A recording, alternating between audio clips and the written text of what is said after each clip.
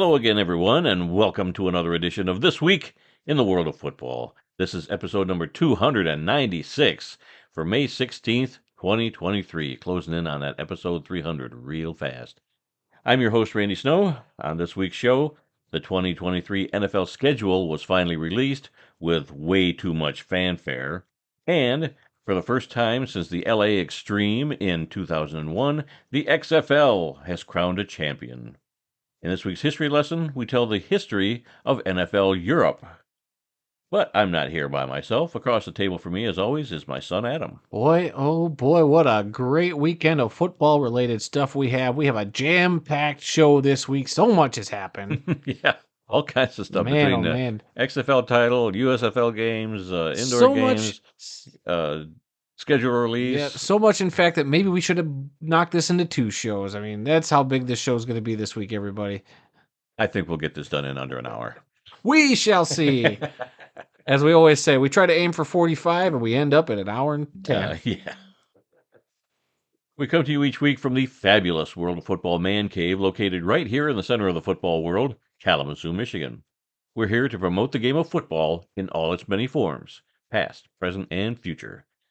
Our goal is to educate, inform, and entertain our listeners with the glorious buffet that is the world of football. All this while keeping a close eye on the rich history of the game. Thanks for checking out our podcast. We'd love to get your feedback on one of our many platforms: Apple Podcasts, SoundCloud, Stitcher, TuneIn, Spotify, iHeartRadio, and Amazon Music. So you can simply ask your Alexa device to play the World of Football podcast. You can also find our podcast in its full audio form on our YouTube channel. The address there is youtube.com/@theworldoffootball, as well as other selected videos on that YouTube page. So let's begin today's show with Adam and the World of Football scoreboard. That's right. We start this week's scoreboard with a big championship game, and there will be 14 other games on top of that we're going to talk about this week. But I'm going to say for the first part of this scoreboard, it was upset central. Oh, man. We have 5 straight upsets I think we're going to talk about here. Starting with, of course, that XFL championship game over the weekend, which saw the Arlington Renegades upset the DC Defenders, who have the best record in the league all season long, 35-26 in San Antonio. Renegades quarterback Luis Perez completed 26 passes for 288 yards and 3 touchdowns during the game. He was then named the game's MVP. DC had quarterback Jordan Ta'amu complete 16 passes for 245 yards and 2 touchdowns, but those pesky 3 interceptions might have done them in. Wide receiver Josh Hammond of the DC Defenders caught 6 passes for 127 yards and 2 touchdowns. For Arlington, though, with the win, that finishes them at 6-6 on the season, and DC finishes at 10-2. None bigger than that loss right there. What did you think of this? The second, I guess, technically of the XFL, but of this iteration, the first XFL championship game. It was very interesting. I mean, I couldn't believe that Arlington jumped out to a 2-touchdown lead early on. I think they were up 17-0 in the second quarter before DC even got on the scoreboard. But yeah, I watched this whole thing, and I even watched the ceremony afterwards and all that. I'm so happy for Luis Perez. We followed him. I think the first time we ever mentioned him on our podcast was when he was named the Harlan Hill Trophy winner from the Division II school that he was at, and we've kind of followed his career everywhere he's gone. He signed with the Lions for a short time and was there during training camp or something, and he's bounced around to all the indoor or all the spring leagues. So he's a guy that we've been aware of for a long time, and it was really, really nice to watch him do what he's capable of doing, and being traded to this team from your team, the Vegas Vipers, earlier this season, and having to fit into a new team, learn a new offense and all that, and come out with a win. It was just awesome. I was so happy for him, and like you say, you like chaos, and I didn't expect it. I expected DC to come out and just run all over these guys, but boy, they did not. Both defenses were awesome. So yeah, it was a great game.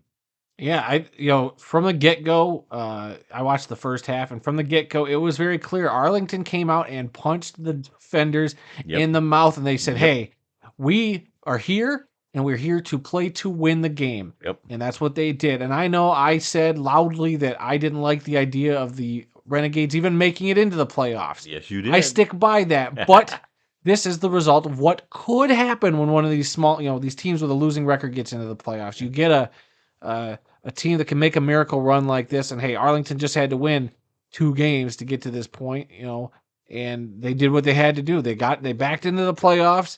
They won those games that were in front of them, so you got to give them credit for that. I think getting Luis Perez helped turn them around. Their quarterback play was a little suspect prior to that. But, as a whole, I was very happy with the XFL championship game. A little bit of a scary moment during the game, too. There was the photographer that kind of got hit in the second quarter. Run over by a receiver running out of bounds. And I guess you retweeted that they are out of the hospital now? Yeah, they took him to the hospital. He was on the ground. I think they took like 2 commercial breaks, and he was on the ground for a long time. They finally put him on a stretcher and took him off the field that way. And I guess he just got out of the hospital today. So, yeah, good for I'm glad he's all right. He was kind of an older gentleman. It looked like very tall, older gentleman. But the thing about this championship game to me was Arlington came out with like a chip on their shoulder. Oh yeah, and I really think that DC underestimated this 500 team, or at the time a sub 500 team. They never let DC get a lead in that game. Yeah. Arlington had that lead and held on to it from beginning to end. Yep. I had to watch the highlights of the second half, and DC got a couple of big plays. Sure. Abram Smith, that running back who's had a fantastic season for them, had a great run, and they still looked decent in the second half. They looked like they finally started to put it together, but Arlington had enough to keep a 1 score, difference between them. And that's a big difference maker there. 3 interceptions doesn't help your cause either, being DC, but man, to be the top dog in the league and to lose like that. Like you said, I love chaos, and I did love that. And I think it's poetic that Dwayne Johnson, I think that first weekend of the season, was wearing a Renegades jersey. And here he is at the end of the season, awarding the trophy. A trophy that, I'm sorry to, Danny, what's her last name? His ex-wife, Danny Garcia. Yeah. Her speech, while it was nice, I was like, this trophy explanation still a little, needs some work. Yeah. The $1 million game trophy was still better. But you couldn't call this one the $1 million game. But that trophy could have used some work. But whatever, it is what it is. Congratulations to the Arlington Renegades. This will be one we'll be talking about for a while. Yep. And Bob Stoops, adding another ring to the collection that he's already got from all these different... A lot of hardware on his shelf. Yeah, from all these different football run-ins he's had. Yeah. All right, we done with the XFL or anything else you want to get off your chest? We're done with the XFL. All right, what a season for the XFL, though. It's a little sad to see it over with, and now we look forward to seeing what does Season 2 of this iteration look like. I don't know if we have a video in mind for that down the road or whatnot, or if we have an XFL retrospective. Well, we've already talked about where we might go next year, to see. Oh, yeah, in private, yeah. An XFL game. But of course, we'd love to go to DC. I want to see that beer snake in person. Well, maybe we'll do that next year. That might be something we need to do. Yeah. But all right, moving on. The USFL was in Week 5 this week. And like I said, the theme is upsets because on Saturday, the Pittsburgh Maulers defeated the Michigan Panthers 23-7. The Maulers, their quarterback, Troy Williams, completed 15 passes for 184 yards and 2 touchdowns, while Panthers quarterbacks, plural again, Carson Strong and Josh Love, combined to complete 21 passes for 162 yards, 1 touchdown, and 2 interceptions. Pittsburgh had their number all game long, it looked like. Yeah, the Panthers couldn't get anything going. I am not liking this 2-quarterback system they've been kind of operating with. It's been very inconsistent, and apparently they can't win at home. No. They can't win at Ford Field, apparently. Yeah. Started out 2-0, and now they've lost 3 straight. Yeah. I think they said all the North teams are now 2-3. Yeah, so we got that in the standings. So okay, so we'll talk about that in a minute. Then on Saturday, the Houston Gamblers upset the defending champion Birmingham Stallions 27-20. Houston quarterbacks, that's right, plural again, Montel Cozart and Terry Wilson combined to complete 11 passes for 132 yards and a touchdown, while for the Stallions, quarterback Alex Magoo completed 24 passes, 209 yards, and 2 touchdowns. Yeah, wasn't the Houston quarterback that Kenji Kenji Bahar? Bahar. Yeah, Yeah, I don't know what happened to him. He must have gotten injured or something because I'd never even heard of these two guys that were playing took two quarterback. guys to do the Yeah, stuff that Bahar does. yeah, but yeah, they came through. Yeah. And then on Sunday, the Philadelphia Stars defeated the New Jersey Generals 24-21. Stars quarterback Case Cookus completed 18 passes for 125 yards and no touchdowns, while Stars kicker Louise Aguiar. Aguiar set a new record going 8 for 8 on field goals, scoring all the points for Philadelphia. Yep. He had a 56-yarder and a 55-yard walk-off field goal for the win. His 8 field goals ties an NFL record with Tennessee Titans kicker Rob Baronis, and his 338 yards in an all-time pro football record. Yeah, maybe I didn't write that correctly. You worded that really bad. So yeah, he tied Titans kicker Rob Baronis with 8 field goals in a game. Yep. But then Aguiar had more yards on those 8 field goals. So Aguiar had what was it here? 338 yards on his 8 field goals. That is a new pro football record anywhere. That probably won't even get acknowledged by of course not. Other leagues. Of course not. But yeah, what what amazing a performance. That's great for him. It just goes to show you, how important a kicker can be. It can. If your offense can't do diddly squat, and no touchdowns for the offense, no running touchdowns, no passing touchdowns, all field goals. I was impressed points. the one time Jason Hansen kicked 5 field goals for Detroit and we still won the game. Yeah. 8 field goals and you win the game? Yep. Oh, boy. That is awesome. That's something else. Congratulations to him. Yep. And then finally, New Jersey Generals quarterback DeAndre Johnson and Kyle Laletta combined to complete 17 passes for 190 yards and no touchdowns. So in that game, there were no offensive, no touchdowns for any quarterback. For any quarterback, Yep. yeah. And then on Sunday, the Memphis Showboats got their second win of the season by defeating the undefeated previously New Orleans Breakers 17-10. Memphis quarterback Cole Kelly completed 24 passes for 224 yards and a touchdown, while Breakers quarterback McLeod Bethel Thompson completed 25 passes for 206 yards and a touchdown. I watched a good share of this game. I caught most of the end of it, and man, I just couldn't believe that New Orleans was playing so bad. I mean, it didn't look like they were playing bad, but boy, like I said, both of those defenses were just awesome. The quarterbacks were getting stripped of the ball. They were throwing interceptions. Oh man, it was all over the place, and I could not believe that New Orleans lost that game, but they did, and the Showboats came to play. And real quick, here's a look at your standings in the USFL after 5 weeks. In the North, the New Jersey Generals, Michigan Panthers, Pittsburgh Maulers, and Philadelphia Stars are all tied with 2-3 records. Well, I'm sure there's probably some tiebreakers in there to technically seed them up, but right now, it's early in the season. They're all tied. It's anybody's division. It's anybody's division. Halfway through the season. In the South, the New Orleans Breakers sit at the top with a 4-1 record, followed by the Houston Gamblers and Birmingham Stallions, who both have 3-2 records. And then the Memphis Showboats sit at the bottom of the division with a 2-3 record. So everybody's close. Really? Yeah. Everybody from top this to is what bottom. You want to see kind of early on in the season. Yep. Everybody top to bottom is within a game or two of the top. The Memphis Showboats, if they were in the North, they'd be tied for the lead. Yeah, they would. And right now they're 2 games back. So. Well, shoot, if the Gamblers or if any of these teams in the South were in the other division, they'd be in the lead of that division. Yeah. So there we go. It's crazy. Yep, gotta love it. All right, then in the Indoor Football League, it was Week 9, and we had a one game on Friday, which saw the Quad City Steamwheelers defeat the Sioux Falls Storm 47-30.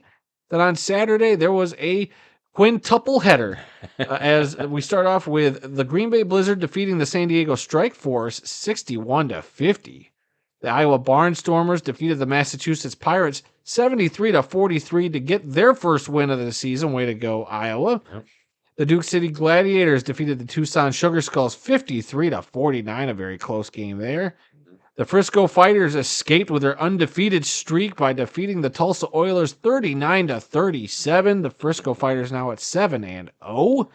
And then finally, the Vegas Nighthawks defeated the Arizona Rattlers. How about this one? In a nail-biter, 55-54. Wow. On bye this week, the Bay Area Panthers and the Northern Arizona Wranglers. Now we're going to throw it over to Randy, who's going to cover the National Arena League and Champions Indoor Football. Yes, CIF Week 11.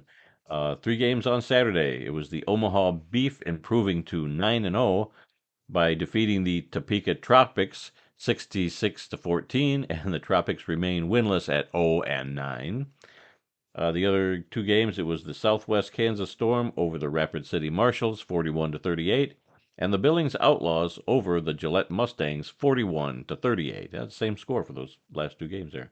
On bye this week in the CIF were the Salina Liberty and the Sioux City Bandits. Now, was it really the same score, or did your copy and paste tool just No, it get was stuck? the same, because as I'm typing it, I'm thinking, that sounds familiar. And I look back, yeah, the two games had the exact same score, 41-48. Okay, just making sure our research assistant / script writer didn't goof up there. No, I looked at that.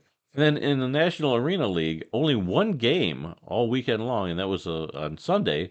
The Carolina Cobras defeated the Orlando Predators 58-32. So every other team was on a bye for some reason. I don't know why they only had 1 game over the weekend, but they did. Maybe they all attended the intervention of the Albany Empire ownership and told them to get their crap together. I don't know. They should have. If they It's been quiet for the last week since we last heard of that stuff coming out of what's there. going to happen next with the Albany Empire? Yeah, that's the next thing we're waiting to hear. Well, that is it for this week's World of Football scoreboard. 15 games altogether. And let's move on to some NFL news. The 2023 schedule was finally released. Thank goodness. It's about time. In a 3-hour presentation on NFL Network, which as soon as it was over, they started it over again, and you could watch the whole thing through the middle of the night. Oh my gosh. They could have done this in half an hour. Well, hold on. The smart people know that, at 8 o'clock is when the schedule drops. All you got to do is sit there and wait for your team to drop their schedule, right, and you're done. Sure, maybe you watch the first 10, 15 minutes just to get some of the big highlights. But my thing is, every year, by the time the schedule gets released on that Thursday, we get leaks on Wednesday and Tuesday night. Right. Because we kind of knew about some games going into the podcast last Tuesday. The international games and some, like Thanksgiving I don't get it. If you're going to release the schedule, do everything at once. Not any of this leaky stuff. And then that whole morning we were getting, it was like 8 hours or 12 hours of just thinking, here's a game getting leaked. Here's a game getting leaked. Yep. Here's 2 other games. So we already knew the kickoff game of the season at 8 in the morning that day before the schedule release was even out. So it's just, I don't know. I don't know why they even do that, why they even bother. Just drop it all at the same time. It's all to get that primetime advertising money from these sponsors. Well, good luck. If I already found out the schedule, like apparently the Packers schedule leaked, like their entire schedule leaked earlier that morning. Like, okay, I saw that. I don't need to tune into NFL Network. Yeah. Thanks, guys. Well, I watched it from the start just because I knew that the first thing they'd be talking about is the Lions-Kansas City Chiefs opening night game, and so I wanted to hear that. And they brushed past that so fast and went on to, what are the Jets doing? You know why? Jets for the next 20 because minutes. It was leaked at 8 in the morning, so they talked about it all day on some of the other stuff. That's what I hate about it. It's like all these certain games got talked about at the beginning of the day, so when the schedule came out later, they focused on a bunch of other stuff. So, look, whatever. Do you want to run through some of the big highlight games? Yeah. Well, first of all, what do you think about the Lions getting that kickoff game? I didn't think they'd actually give that. Okay, so we'll start off right there. Yeah, the Lions will go to Kansas City on September 7th to kick off the regular season NFL schedule. I think we thought this might be a long shot when we saw that it was a possibility when we were going to Kansas City, and we all know that Super Bowl champs host. Sure. The first game of the year now, or at least usually, like 98% of the time they do. So I like that tradition of the Super Bowl champion getting to kick off the season. I thought they would probably have them playing the Bills or the Eagles, like another division, another Super Bowl rematch or whatever. I don't think you do the Super Bowl matchup right off the bat, but we all thought the Lions were a possibility. The Lions ended the regular season national television schedule.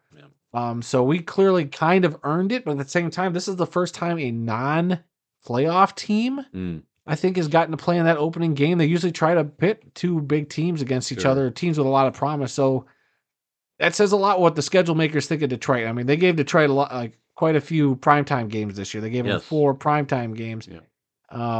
5 if you include the Thanksgiving game, because Right. I mean that's nationally televised as well. So I was ecstatic to see that me too. when Like that came out. I think So happy. that puts a big not chip on, puts a chip on the Lions' shoulder going into week 1. You're playing Patrick Mahomes and the Super Bowl champions in front of everybody, and you know that's where all the eyeballs are going to be, because everybody's going to be fiending Yep, there's for no football to other come back. So no other games that night. Detroit's got to put up or shut up. I don't know if at this point in time, I don't want to say we're going to win, but please make it a game. Yeah, You don't want to go. You don't want to start the season 0-1. right. You know, Detroit started off real slow last year, and boy, how big would it be to defeat the Kansas City Chiefs week 1? Yeah, It'd be a big one if they could pull it off. yeah, they had some games that they should have won early in that season.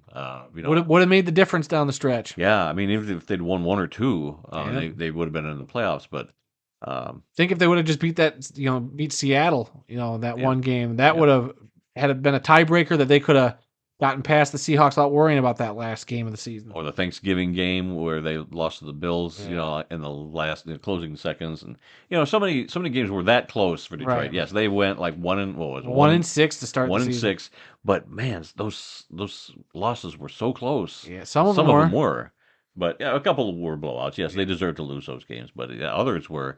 My gosh, they were so close to winning that game. So hopefully they can get things right early on in the season. Yep. At least in So that first week. suck it, NFL fans. You get to watch the Lions week 1, like the rest of us Lions fans. You know how we feel. And then that first weekend, also the first Monday Night Football game is going to be the Bills versus the Jets, with, of course, Aaron Rodgers. Kind of not surprised there that they would Yep. find a way to get Aaron Rodgers in Yep. prime time, like as soon as they could. Yep. So And then the list of international games came out. They got 3 games in London and 2 games in Frankfurt, Germany. The one game, the first one is at Wembley Stadium. That's going to be the Jaguars versus the Falcons, and then the next 2 games are at Tottenham Hotspur Stadium. So 2 weeks in a row, the Jaguars are going to be playing. So the next week they move over to Tottenham Hotspur Stadium, and it's the Bills versus the Jags. So they're going to be there for 2 weeks. So what an playing 2 advantage! I don't know if they've ever done that before. That means No, they're, they they're have gonna, not. They're going to stay in They have London not. for Yeah, a they're week. staying for 2 weeks. Oh, they're going to get the full Ted Lasso treatment over there. I have no idea what that reference Oh, means. bull crap! You just don't watch the show. You know of the show. I You don't get watch the it. reference. I don't watch it.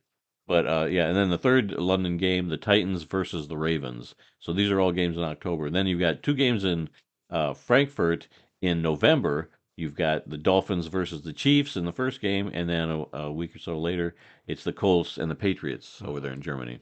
So yeah, those are your 5 international games. The Thanksgiving game, Packers at the Lions. That's really a tradition. Packers and Lions on Thanksgiving. Every Day. seems like every couple of years you have to get the Packers back in there. But Yeah, there was a time back in the late 50s, early 60s, they played them like every year for 10 years or 11 years, I think.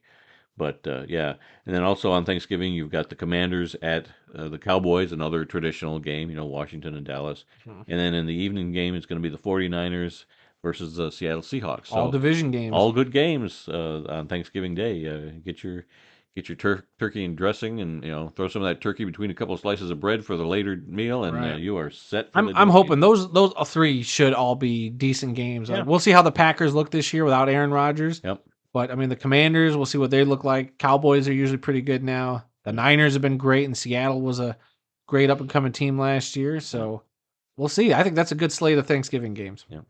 And they're going to have their first ever Black Friday game the day after Thanksgiving. I swear they had one last year, but I guess they talked about it last year, but Yeah. they didn't actually have one. But this year, yep, they're going to have a Black Friday game. It's going to be the Miami Dolphins versus the New York Jets with Aaron Rodgers again. But this is going to be on Amazon Prime, and they reportedly paid between $50 and $100 million just for that one Dang. single game to be on Amazon. This is a new tradition. As long as it keeps people from saying get rid of Detroit's Thanksgiving game, whatever. Give the NFL a Black Friday game and leave Yeah. Detroit alone. Yeah. If it keeps people out of the stores, maybe it might be good for No, well, everybody. man. So they said when doing this is going to be a big deal. I'm not sure what all is going to be encompassed in this being a Black Friday on Amazon game, but they said it would be very interactive. So you're watching it on your Amazon Prime app, and you'll probably have Amazon commercials throughout the whole thing with deals. So it'll probably say, "Hey, click here to purchase this with your Amazon account." You probably don't have to get up off your couch. You probably don't have to enter your credit card number. You probably just have to click buy now, and it will buy whatever product for a commercial that's on screen. I'm going to guarantee you there's going to be a lot of interactive Black Friday shopping things You're probably with right. this game. It's going to probably be something, I won't say like we've never seen before, but I think it'll be something that we just haven't really fully experienced. I'm sure maybe I've been on Amazon Prime before. It's a pretty decent streaming service and it does a lot of cool features and stuff. So I'm sure maybe there'll be more stuff rolled in to make the experience as a viewer, and probably knowing that it's a game, you're going to have multiple people sitting there. It's not just me sitting down watching The Boys on Amazon, which is a great show, by the way, everybody. Check it out. And no idea what you're talking about. it's a great superhero show. You should check it out. But having a group of people sit there with an interactive, probably interface for a football game, like, will be interesting. I know they've done other Amazon Prime games, but with it being Black Friday, I think it'll be just a whole slightly different experience. Well, if Amazon is paying up to $100 million for this game, they're going to find a way to recoup a lot of that money. So yeah, you're probably right about in-game specials on this or that. I'm telling you, like, they will probably, maybe there'll be like ads on this field, like the virtual ads, like find this Instant Pot 50% off on Amazon Prime if you click the screen right now on first down. On second down, the deal is this. On third down, it'll be a foot washer. One of these games was going to be a Nickelodeon game too. Yeah. I can't remember which one. I didn't write that down, but I don't think it's this Amazon Prime game. I don't think so either. That'd be cross. They wouldn't do that. If you're paying $50 million to $100 million, you ain't gonna let Nickelodeon take your stuff. That's true. Okay. Let's see. We got 3 games on Christmas Day this year. It's gotta be one of the Christmas games, you'd think. Yes, it might be. It just might be. I'll look it up while you talk. Yeah. But yeah, 3 games on Christmas Day. You got the Raiders at the Chiefs, you got the Giants at the Eagles, and the Ravens at the 49ers. What happened to the NBA owning Christmas Day? Man, the NFL just spit in their face. Yeah, we've taken over Sunday from the church. We've taken over Thanksgiving. Now we're taking over Christmas Day, and they have a slew of games on New Year's Eve. December 31st, I guess, is a Sunday, and they have several games on New Year's Eve. So it looks like they're going to get the Vegas Kansas City game. It'll be the second consecutive Christmas game for Nickelodeon. Okay. It's going to be simulcast. So okay, so the Raiders Chiefs game, the first game of the day on Christmas Day. Okay. Yeah, and then normally, they also get an NFL wild card game too. Nickelodeon does. So okay. Let's see. Do we want to do our top 10 right now? Sure, let's do it. Okay. You asked me to come up with a list of my top 10 games on the schedule that I wanted to see this year. Because last year, so real quick, last year you were on vacation at this exact week, like a year from tomorrow, or a year ago tomorrow, Aaron and I did the podcast together, and the schedule had come out, so we did our top 10, games from the schedule. Yeah. I went back and re-listened to that show, and I thought it was a great show. Not because you weren't on it, but because I got to host it. And we did this thing, and I figured, hey, let's try that again this year. And I was very curious what your top 10 games would be. In no particular order. We're going to just go from week 1 to week 17 and see what games we like, are anticipating, and why. And so I just figured it'd be fun to see that. And I figured your list would probably have a lot more Lions on it than mine.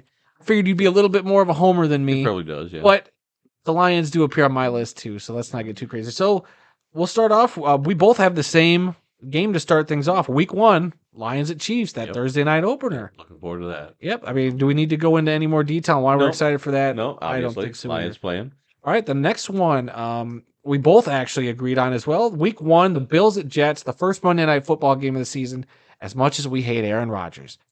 That's why I want to watch it. I want to see the Bills I gotta beat admit, up on the Jets. I gotta see him in the Jets uniform on Monday Night Football, playing against a division rival. I gotta see it, and I gotta see what this Jets team looks like with him at the helm. All right, and then now we're gonna move on. You have a week 2 game you're into. Yep, I like the 49ers at the Rams. Why do you like that? Just because of Stafford? Stafford and Jake Moody.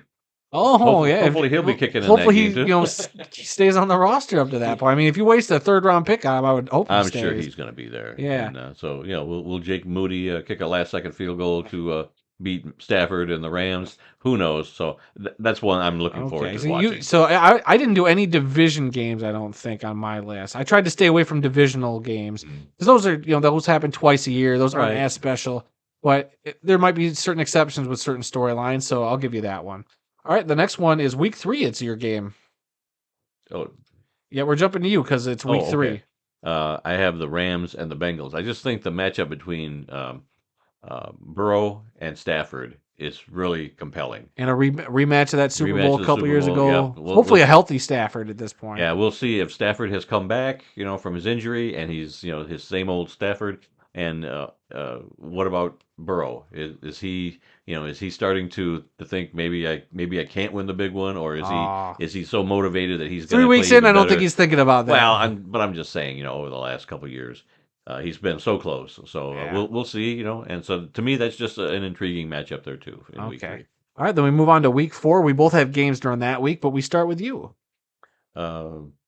Do I have? Oh, I do have a game on week 4.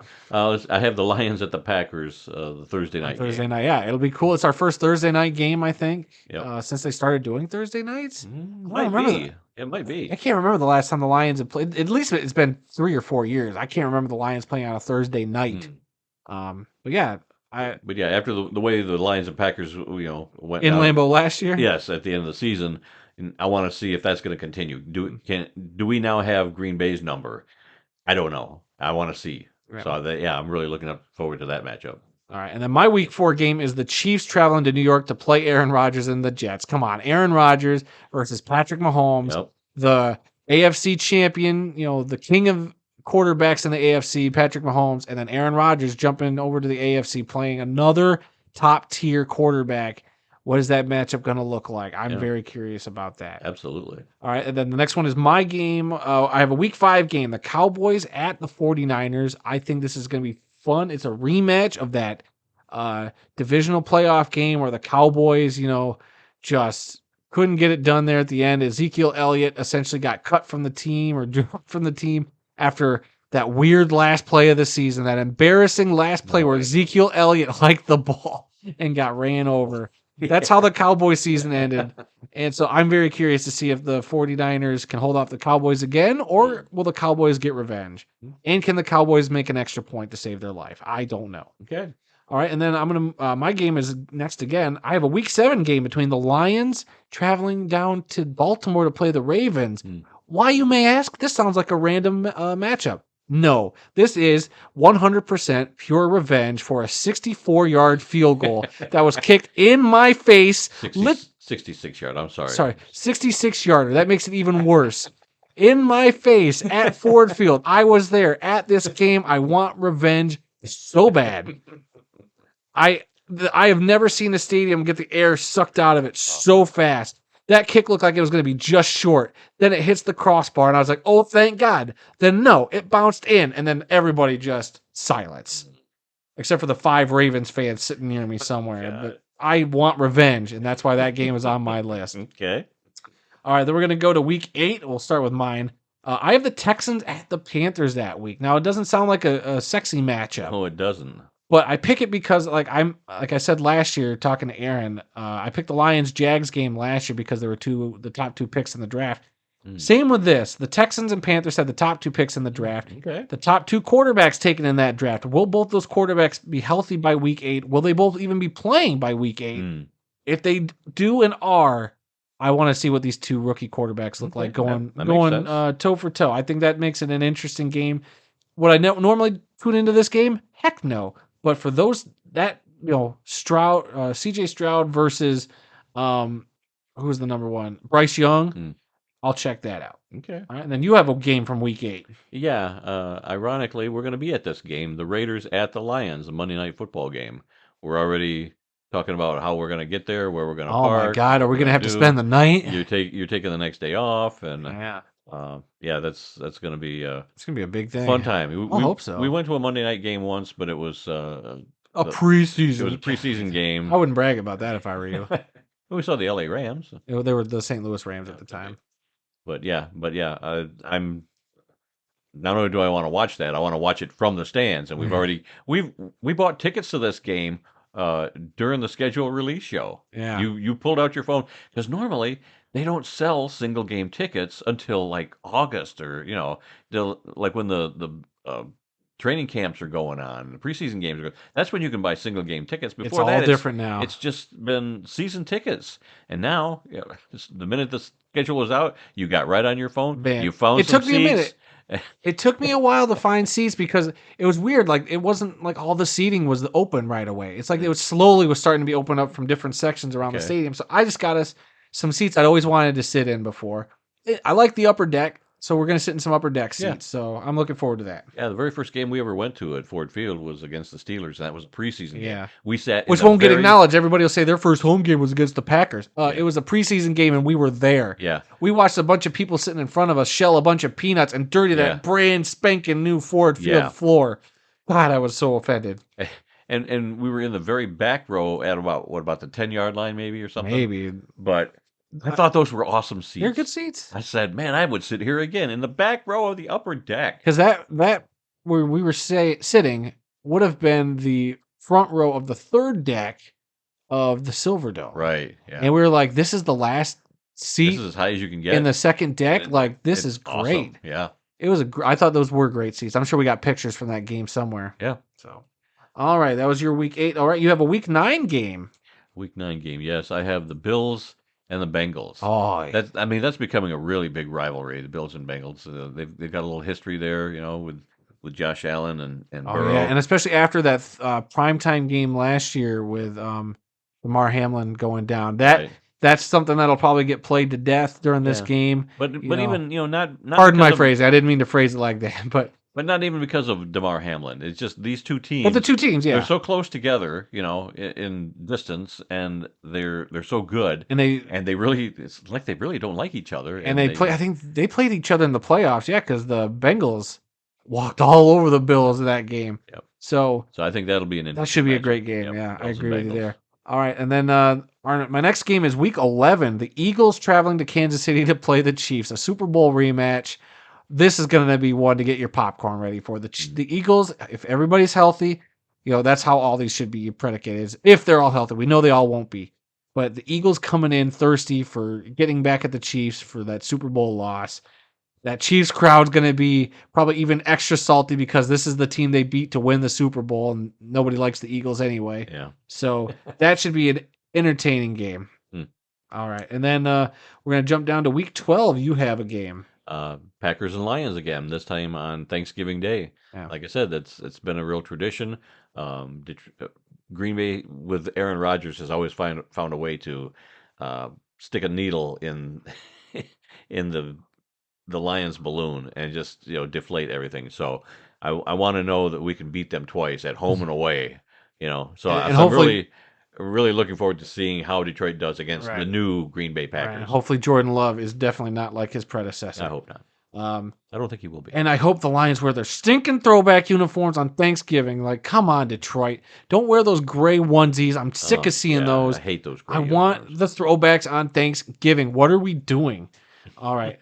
My next game is Week 13, the 49ers at the Eagles. After that NFC Championship game last year, the Niners, we thought the Niners could come in and maybe upset the Eagles. There was a real good possibility for that. But between quarterback injuries and just everything going the Eagles' way, it seemed like in that game, I'd be very curious to see if the 49ers can get past that. I'm sure that's a game that'll haunt them for a while. So can the 49ers go into Philadelphia and get that win there? That's what I was thinking. Okay. All right, and then we both have a game, the same game in Week 14, and that's the Bills at the Chiefs. Yeah, another great rivalry that's in the making. Oh, it's like Between these two the teams. schedule makers find an excuse to get the Bills and the Chiefs to play each other again because we figured they'll probably face each other in the playoffs at some point, and just having this game in Week 14 probably to decide, probably critical seeding position at that point in the season with 3 or 4 weeks left. Yeah, could be. I think it'll be a very interesting matchup. And like I said, as long as everybody's healthy, this should be a great game. All right, and then finally, we both have games in Week 17, starting with you. You have a Saturday game you went with. Yep, of course. The Lions at the Cowboys. Interesting. And you will all remember the Lions game playoff game down in Texas I a few try to years forget ago it, but when we were my down blood there for the boils every Cotton time it's Bowl. mentioned. Yep. So it's anytime we can go and beat the Cowboys is a good day. I mean, I love to see the Cowboys lose to anybody, but it's especially nice when Detroit can do that. And they've done it a few times in recent years. But boy, I'd love to see that And if again. Detroit's as good as people think they can be, and if Dallas is as good as people think they can be, that could be setting up another NFC Well, playoff positioning. Who knows? maybe this year we can keep the Cowboys from going to the Wouldn't playoffs. that be something? I'd love to keep the Cowboys for the playoffs, Yes. but that wasn't my game. My game though is Week 17, Bengals at Chiefs. Hmm. I mean, come on, Joe Burrow versus Patrick Mahomes has yet to disappoint us Yep. one way or the other. The Chiefs seem to have their kryptonite in the Bengals for most of the last few years. I mean, they got past them to get to the Super Bowl this past year, but for the last few seasons, for whatever reason, the Bengals seem to be the kryptonite to the Chiefs. Yeah, but will that kryptonite be put in a lead box for this game? Who knows? Great reference, you stinking nerd. The fact that you know that. But yeah, I think this would be great. Week 17, another, probably seeding positional game for the AFC. That I just think that's one to watch out for. And that's our 10 games. Yep. I think there's going to be a lot of good games. And I'm sure, as it is every year, there will be games because of once things get rolling, once teams Right. trying to find their identities and who's real, who's not real. Like the Lions could be 0-8 again for we know. Right. The Chiefs could stink for all we know. Who knows? That could change this list. But as of right now, that's where the list stands. Right. But who knows? Maybe that Texans-Panthers game's a Super Bowl preview. Who knows? Oh gosh, I hope not. Well, when I went back and listened to last year's list, there were some games that I was like, it was a lot of Denver Broncos games, and boy, did that not work out. And especially picking the Rams because Stafford was hurt for most of the season, Yes. so those didn't work out. So anything could happen to change that list up later on. This will not age poorly, probably. This will age poorly. This is our list of top 10 games for now, based on last season, not any prediction. I'd love to go back at the end of the season and review, like, were we right or were we wrong? Yeah. All right, we still got a few news items I guess we could fly through. Yes, the NFL will be broadcasting one playoff game exclusively on the Peacock streaming service this year. What a stupid name for a streaming service. Come on, NBC. No word on what game that might be. Of course, we don't know the playoff I think matchups, they did. They said what date. Was it? Did it? I think they did. One of those first weekend playoff games. Okay. Yeah. Okay. I think they actually gave it a date. But yeah, I don't know. I'm not a big streaming service fan.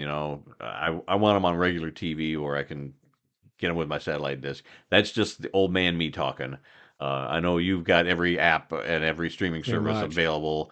If you don't, you can get it back within 30 seconds because you probably had it at one time. Peacock's one of those where I never have paid for Peacock. I have the app like on my Apple TV ready to go. Right. But shoot, a lot of people complaining about it. It's like, look, you're gonna pay $5.99 for a month.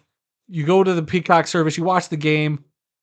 Whether or not you watch any other stuff on their service is up to you. Maybe I think it's enough for the NFL to make that agreement with them to be like, maybe they got paid by Peacock just to try to, well, hopefully people go check out that game and they go watch episodes of Psych or The Office if they're already not subscribed to it.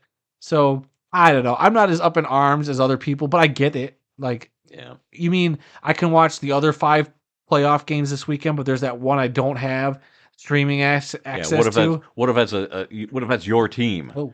What if that's right. Whoever that game's going to be? Your team is not going to be on your TV. And what about you got to go to your streaming service? What about the bars and restaurants, or do they get a special agreement? I don't know.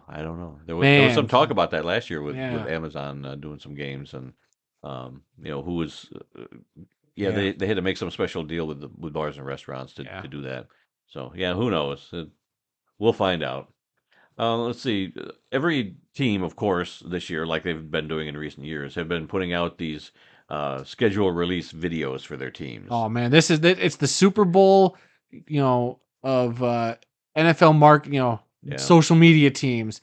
It's like they prepare all year for this one video. And most of them failed in my mind. I didn't watch a whole lot of them. I know you've watched more than I have. Yeah, it's not like I watched every single one. So I can't really say. Well, which one stuck out to you? Which one? The only one that I saw that I really liked was the Tennessee Titans one, where they were asking people on the street to name the team, and they just showed them the logo. And of course, a lot of them were young kids that don't follow sports, so they didn't know they didn't know what the New Orleans Saints logo was or the Atlanta Falcons.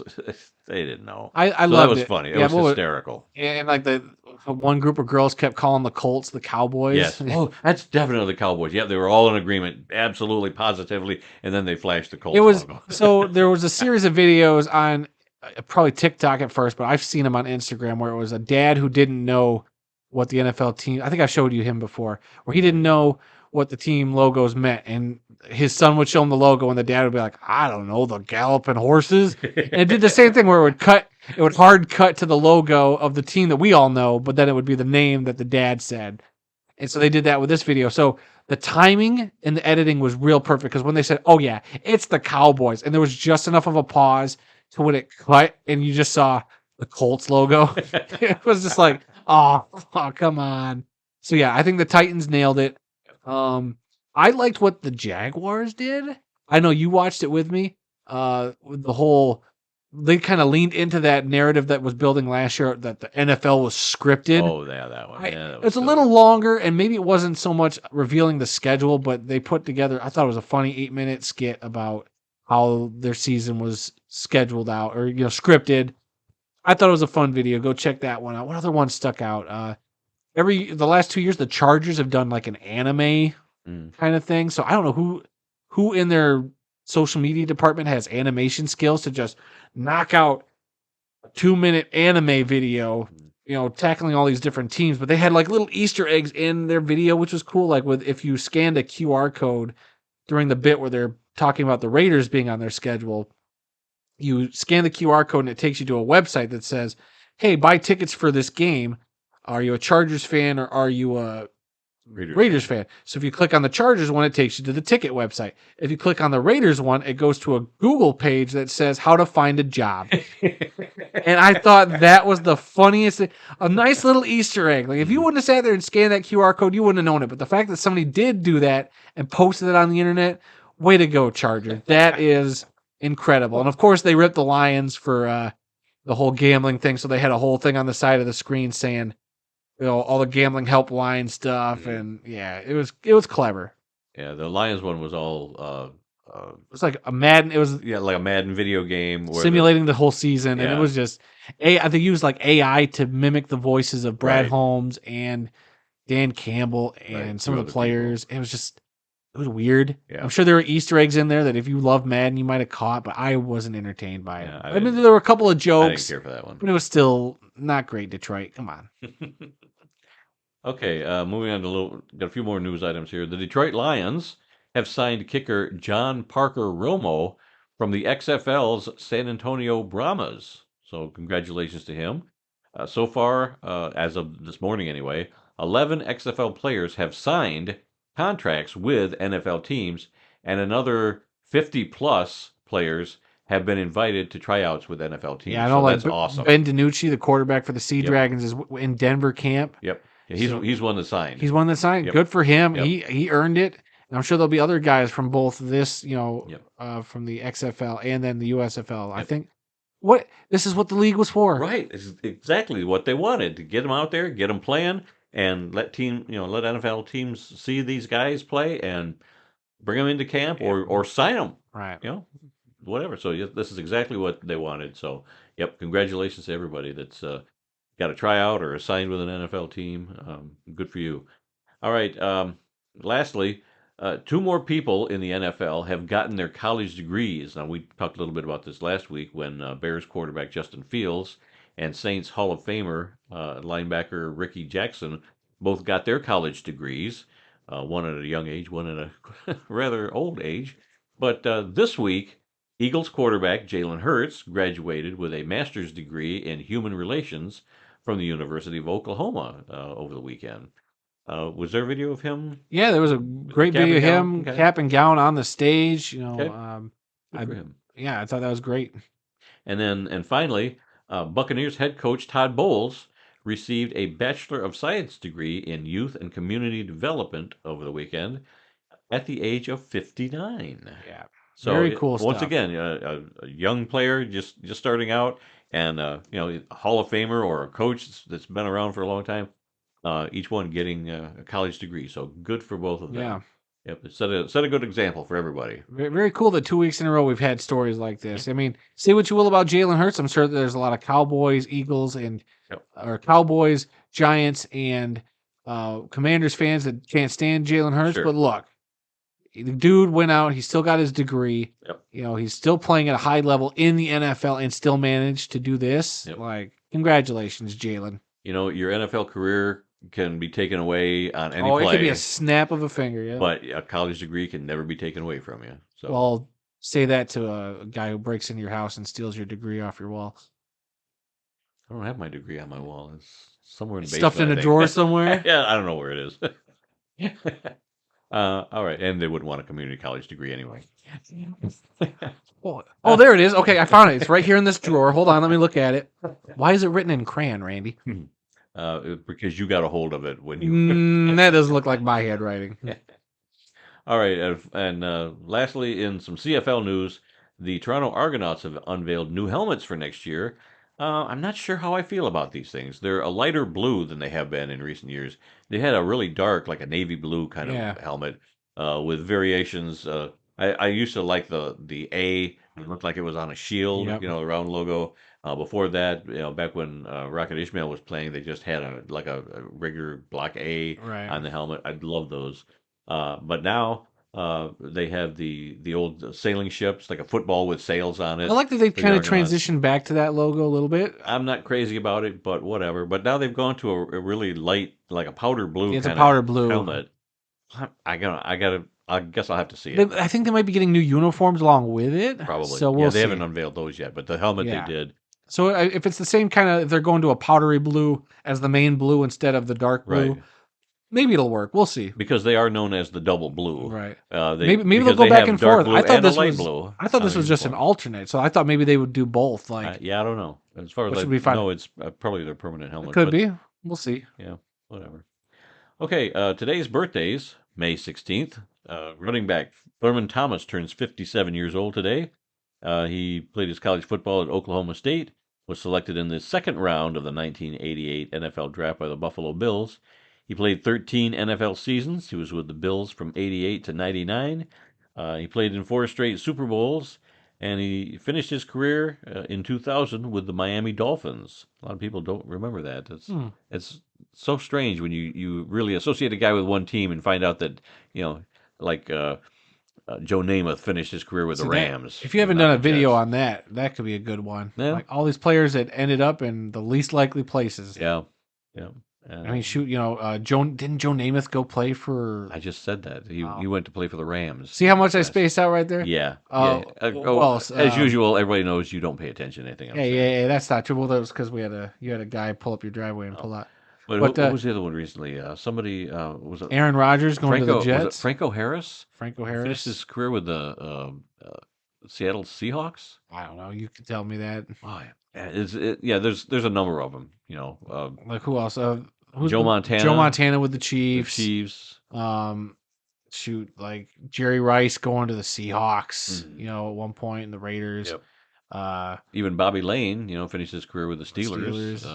And he's so associated with Detroit. So yeah, there's been a lot of Vince Lombardi just going to coach with the Washington Redskins was one that always throws me too. Yeah, one season. So crazy stuff like that. There's a lot of that.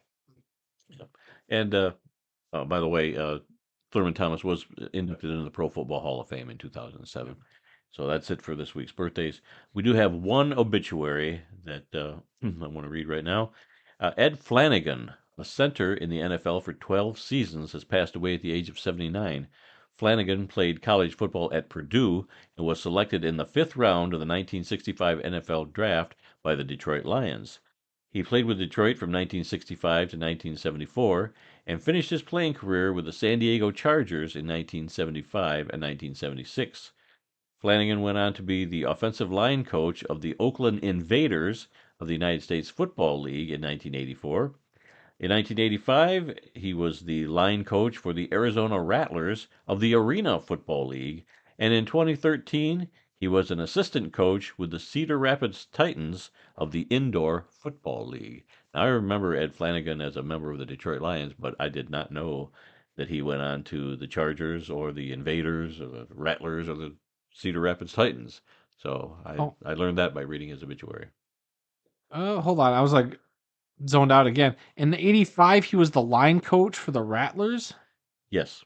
The Arena Football League didn't start up till 1987, and the Rattlers didn't come around until later on. So I'm a little confused as to what years here you had in there. Okay. Well, I don't know if I got the dates wrong. Maybe it was wrong in his obituary. Because I was gonna say the Arena League didn't come around till '87. So and the Rattlers didn't become a team till at least '94, '95. Maybe you meant 1995. Well, thank you for making me look stupid. But I think that's what I'm gonna guess if I had to right now is that maybe in 1995 he became the Rattlers line coach. But regardless, he did play with the Lions and the San Diego Chargers. Okay, well, thanks for making me look. Didn't have to be a pro football researcher to correct that mistake. All right. Anything that we need to talk about that's come over the wires while we've been talking before we get into this? I'm not seeing any breaking football news other than suppose how everybody was up in arms that the Lions took that tight end in the second round. Well, apparently the Bengals wanted that guy really bad. So I've heard a couple of teams were. That's just a little story. Okay. All right, well, let's move on to this week's history lesson. What do we got? And this week, we're going to talk about the history of 3 different leagues that were all one league. Started out as the World League of American Football, then became NFL Europe, and ended with NFL Europa. Whoa, buddy, save it for your history lesson. But we're calling this the history of NFL Europe. Believe it or not, the NFL once had its own developmental league. It lasted for 15 years during the 1990s and 2000s. It was originally known as the World League of American Football and debuted in 1991. There were 10 teams that first year, 6 teams in the United States, 1 team in Canada, and 3 teams in Europe. The American teams consisted of the Orlando Thunder, Birmingham Fire, Sacramento Surge, San Antonio Riders, New York, New Jersey Knights, and the Raleigh-Durham Skyhawks. The 3 teams in Europe were the London Monarchs, Barcelona Dragons, and the Frankfurt Galaxy. The lone team in Canada was the Montreal Machine. The first championship game, called the World Bowl, was played on June 9, 1991, at Wembley Stadium in London, England. The London Monarchs shut out the Barcelona Dragons 21-0 in front of 61,108 fans. All 10 teams returned for the 1992 season. However, the Skyhawks, who went 0-10 in 1991, moved to Columbus, Ohio, and became the Ohio Glory. World Bowl II was played on June 6, 1992, at Olympic Stadium in Montreal, Canada. The Sacramento Surge defeated the Orlando Thunder 21-17, with 43,789 fans in attendance. But after just 2 seasons, the league shut down. It returned in 1995. However, this time it consisted of only 6 teams, and they were all based in Europe. The Monarchs, Dragons, and Galaxy returned and were joined by the Amsterdam Admirals in the Netherlands, the Rhine Fire in Germany, and the Scottish Claymores in Scotland. The league continued to play under the World League of American Football name through the 1998 season, when it was rebranded NFL Europe. In 1998, the London Monarchs were also renamed the England Monarchs and played at 3 different stadiums around the country in an attempt to increase its dwindling fan base. This lasted only 1 season, as the team folded following the 1998 season. It was replaced in 1999 by a 3rd team in Germany called the Berlin Thunder. 2 more teams would eventually be added in Germany. The Cologne Centurions replaced the Barcelona Dragons in 2004, and in 2005, the Hamburg Sea Devils replaced the Scottish Claymores. In 2007, the league was once again rebranded as NFL Europa in hopes of broadening its appeal to the European fan base. Unfortunately, the league had always been a money loser for the NFL, and owners decided to shut down the league following the 2007 season. From 2005 to 2007, the league had 5 teams located in Germany: the Galaxy, Fire, Thunder, Centurions, and Sea Devils. The Amsterdam Admirals were the only team located outside of Germany. The final World Bowl title game was played on June 23, 2007, and saw the Hamburg Sea Devils defeat the Frankfurt Galaxy 37-28 in front of 48,125 fans. During the 15-year run of the league, there was only one team that was there from start to finish: the Frankfurt Galaxy. They won 4 league titles and played in 4 others. A number of future NFL stars played in the league, including quarterback Scott Mitchell, who played for the Orlando Thunder in 1992, and later played for the Miami Dolphins, Detroit Lions, Baltimore Ravens, and Cincinnati Bengals. Quarterback Kurt Warner played for the Amsterdam Admirals in 1998 and won Super Bowl 34 with the St. Louis Rams in 1999. Kicker Adam Vinatieri also played for the Amsterdam Admirals in 1995. He went on to play for the New England Patriots and the Indianapolis Colts, winning 4 Super Bowl titles, 3 with New England and 1 with Indianapolis. Today, the NFL is still trying to get a foothold in Europe, with annual regular season games being played in London and in Germany. Will there ever be an NFL team or teams permanently located in Europe? Only time will tell. I think it's funny you asked that question at the end of the history lesson about will an NFL team be in Europe or teams. With the Jaguars stadium being renovated in a couple years, why don't they just leave them in London as an experiment? I know that would suck for the Jacksonville fans, and there's stories that I think they might go play in Orlando now. But wouldn't you think about it? Like, wouldn't that be the perfect opportunity to experiment with leaving the Jaguars over in London? I'm just saying, maybe that's not feasible. Maybe I'm just thinking a little too far outside the box, but I just see a perfect opportunity right there. Yeah, could be. What do you think? Will we ever see teams in London or in Europe? I don't think so. And I know the NFL has talked about it. They want it, but I just don't see it happening. I'm sure they can afford to, pay for the expenses of players and coaches, flying back and forth and putting them up in hotels over there and all that. But then it'd be a real Ted Lasso situation. Personally, I don't see it happening, and I don't want to see it happen myself, unless they had a whole division over there. I came up with an idea a few years ago of having a 4-team league in Europe, and then a team would go over there and they would stay for a month and play each one of those teams. And then when those teams come over here, they would stay for a month. See, even then, like I've been thinking about that. I think they would have to make 8. They would have to have 8 teams over there. You need a division for each conference if you want to keep everything balanced. So, yeah, I mean, they've had 8-team NFL Europe over there before. Well, maybe 16. It's always been 16. Well, you could add a couple more. Yeah, I just don't see it happening. The logistics is just it is. I don't think it'll happen anytime soon. Yeah. So. All right, upcoming events calendar. Monday, May 22nd. I was thinking this was Friday, so I kept saying it was Friday the 22nd, but it's Monday, May 22nd. That's next Monday. Yeah, the day after your birthday. The CFL preseason begins with a game between the Edmonton Elks. Ooh, put one in the jar. Edmonton Elks going to face the Calgary Stampeders.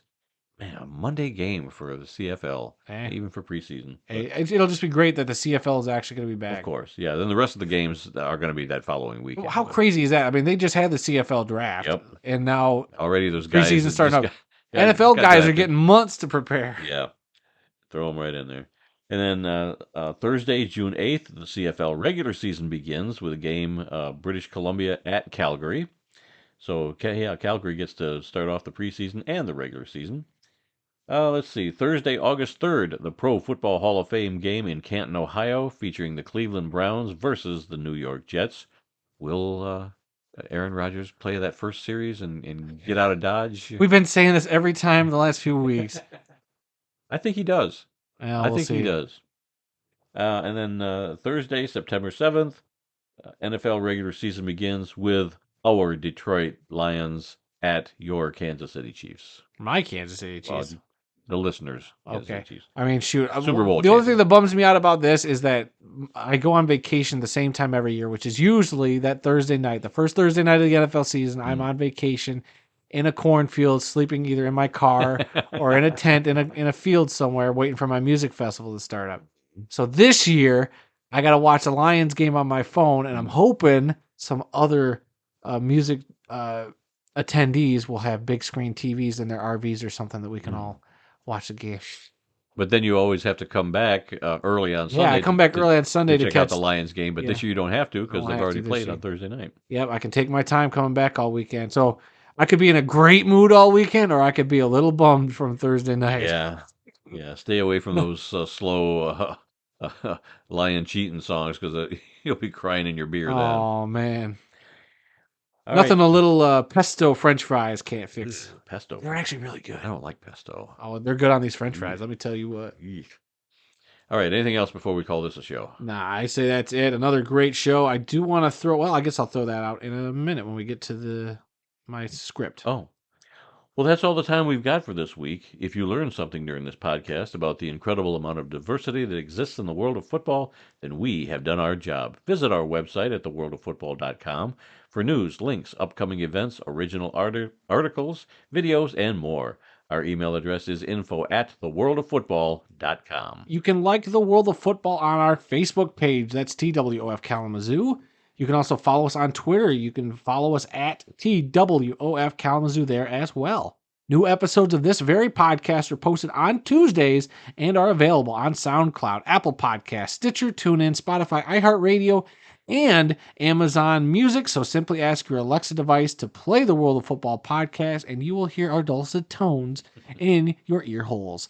You can also find the full audio version of this podcast on our YouTube channel, which is youtube.com/@theworldoffootball. We have a lot of videos coming. We got the video history lesson coming up tomorrow about NFL Europe. But then we are also going to start doing some shorts. I don't know how frequently we'll get them out there. I want to do them more frequently. But we got 2 shorts coming out about Randy's top 5 NFL Europe helmets and my top 5 NFL Europe helmets. They'll go up. All 3 videos will probably go up at the same time. So be on the lookout for those. So remember, go over there, give us a like on any of those pages, a rate, a review, comment. We try to talk with everybody we can. There's been a lot of people commenting on that arena football video still. Yes, really. People very into what the Arena League is about to do. So let us know what you think, and please come be a part of the football conversation. And remember, folks, some people may love football more than we do, but nobody, and I mean nobody, loves more football than we do. Until next time, when we'll try and do a better job, I'm Randy Snow. And I can't believe we are 3 episodes away from episode 300. Yeah. We going to do anything special? I don't know. That's up to you. We're getting a cake? Cake with our faces on it? I don't know. 2 cakes with one of our faces on each of them? A football cake? Oh, there you go. A football. You nailed it. Football cake. I got there eventually. We'll see you all next week.